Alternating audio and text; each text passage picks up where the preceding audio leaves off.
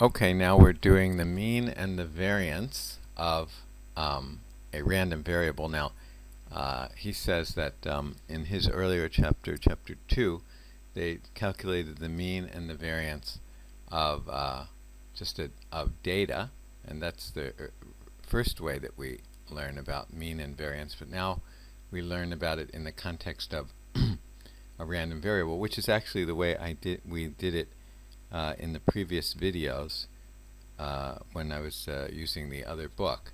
So we did it this way actually, but let's get used to the notation here as well. So he says in chapter 2 we calculated the mean and the variance of a sample of observations from its relative frequency distribution f over n. In the same way, it's natural to calculate the mean and the variance of a random variable from its probability distribution. So we did this before. Mu, the mean, is xp, x times the probability of x. And the variance is this formula. Here we are following the usual custom of reserving Greek letters for the theoretical values.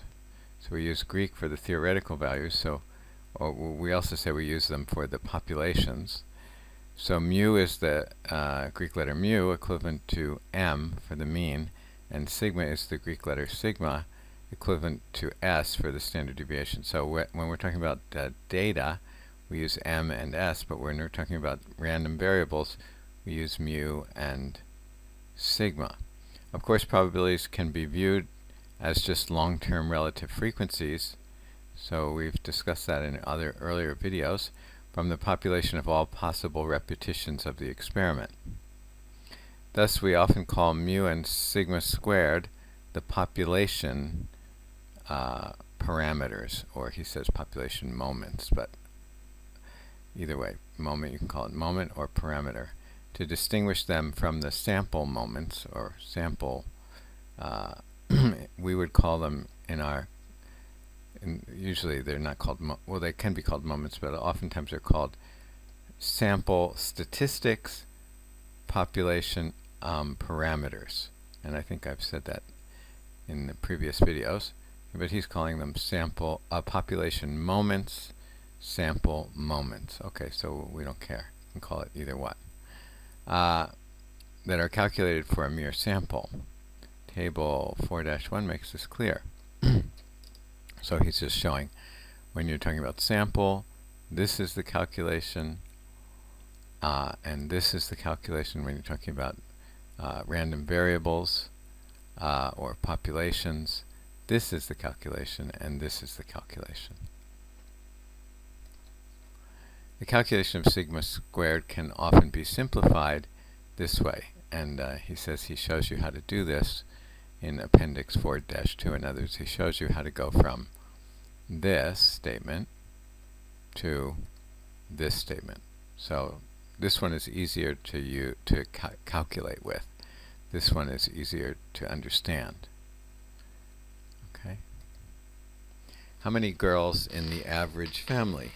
Again, consider x equals the number of girls in a family of 3 children. Using its probability distribution derived in figure 4-1, calculate the mean, variance, and standard deviation. So let's go back and look at it again. So here, or rather here, x is the number of girls, so we want to calculate the mean. So we use the formula xp of x, sigma xp of x, means we just take x times p of x, x times p of x, x times p of x, x times p of x. And we're supposed to, sigma means add them up. So we just do that.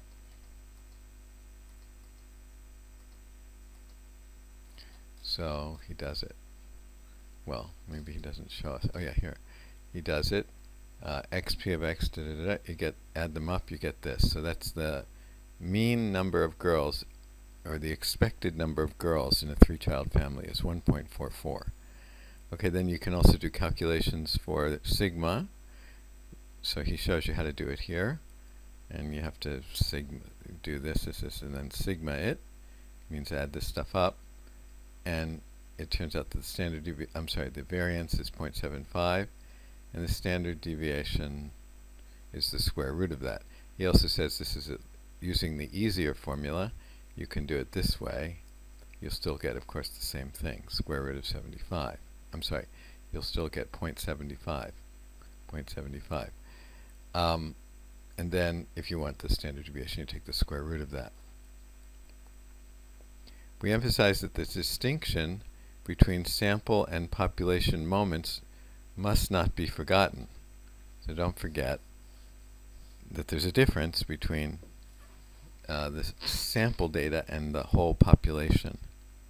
Mu is called the population mean since it is based on the population of all possible repetitions of the experiment.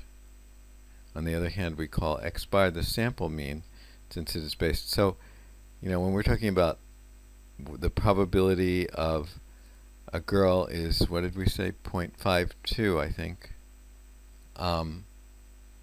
That's not, that's supposed to be sort of like a theoretical number. Like, for some reason we know that that's the real probability. It's not, it's sort of, we're sort of thinking of it as though it wasn't gotten from data. It was like maybe we figured it out from genetics or something. Of course we didn't, but that's kind of what they're suggesting here, or that's kind of what they're saying here, is that it was kind of a theoretical knowledge. It wasn't based on data. If it's based on data, then it's really like a sample.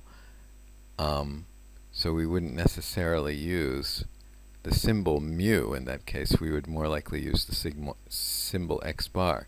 But it was somehow based on like genetics and some theory. Then we would say that that we know the probability of a girl, and it's 0.52, and then our calculations would that we would do would lead us to the parameters mu or sigma for the standard deviation. Okay, so now we have, that's the end of that section.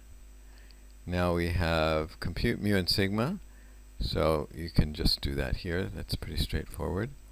They give you x and its probability distribution, and I guess they give you another x, or at least, or it has a different probability distribution, right? Okay, here, on the basis of past experience, the buyer for a large sports store estimates that the number of 10-speed bicycles sold next year will be somewhere between 40 and 90, with the following probability distribution. So we don't know whether it's going to be 40 or 90 or somewhere in between, but we estimate that the chance of 40 is going to be 5%, the chance of 50 is going to be 15%, the chance of 60 is going to be these. So we just make these estimates, and then we say, what is the expected number, or the mean